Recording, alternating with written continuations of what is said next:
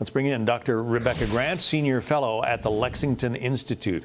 Dr. Grant, are you surprised, first of all, that the Iranians even agreed to these talks?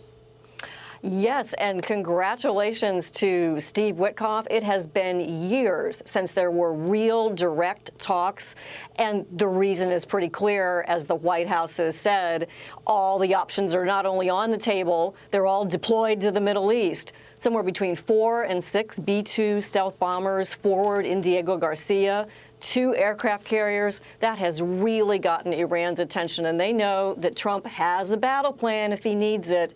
Iran either has to talk or get their nuclear facilities bombed. Well, the president, famously said many times during his first term that there were no new wars started while he was president, 45. Would he start one with Iran? I think that he will carry out strikes if he has to, but clearly what he's hoping for, and it's working, is to get Iran to talk. He tried really hard to do that during his first term. He and some of the G7 even offered immediate cash to Iran, but nothing would bring them to the table.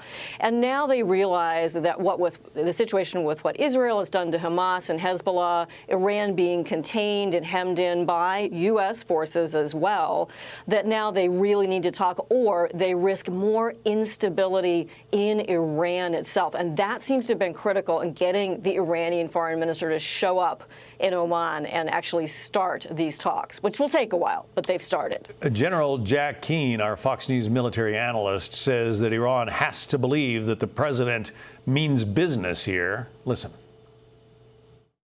Look, our positions are about as far apart as they can be. The reasons why the Iranians are actually talking, because the supreme leader did not want to engage in any discussion whatsoever, is because I think they've come to the conclusion that the president is dead serious about supporting an Israeli-led, U.S.-supported strike on Iran to take down their nuclear enterprise if they don't voluntarily dismantle it.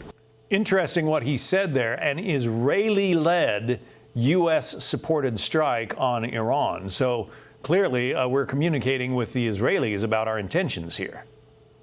Well, General Keane is absolutely right, and I think how it would unfold, so they want Iran to know this.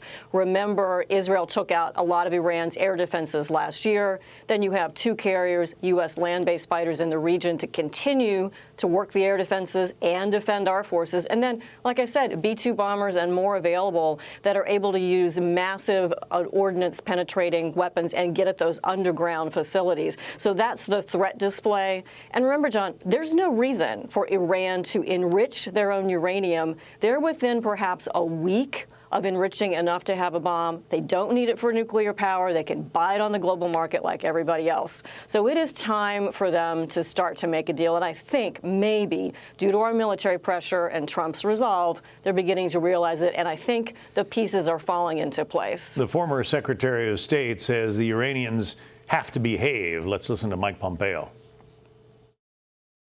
We have to fully, verifiably eliminate their nuclear weapons program for there to be any agreement. And I see no evidence that the Iranians have any intention of doing that.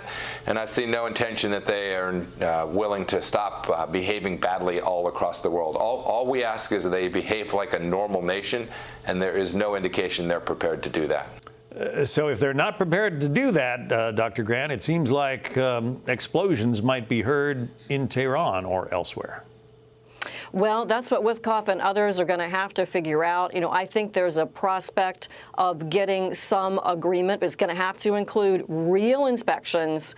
It's going to have to include them giving up, frankly, some of that enriched uranium. They know they're not going to want to do that. And then there'll have to be some limits on their ballistic missile development. But there's no question that the military situation in the Middle East has turned to the point where now Iran is at risk at home. Their president seems to understand that. That's why they went to negotiate. And I hope that we'll be able to really see some forward progress. But the pressure has to stay on. Iran is awfully tricky. Yeah, it sounds like the mullahs are going to have a tough pill to swallow coming out of these negotiations. All right, Dr. Rebecca Grant, we appreciate it. Thank you. Thank you. Hi, everyone. I'm Brian Kilmeade. I want you to do me a favor. I want you to click to subscribe to the Fox News YouTube page. This is the only way that I know for sure that you're not going to miss any great commentary, any great news bites, any great interviews coming your way on Fox. You can get it all here on YouTube. So subscribe right now.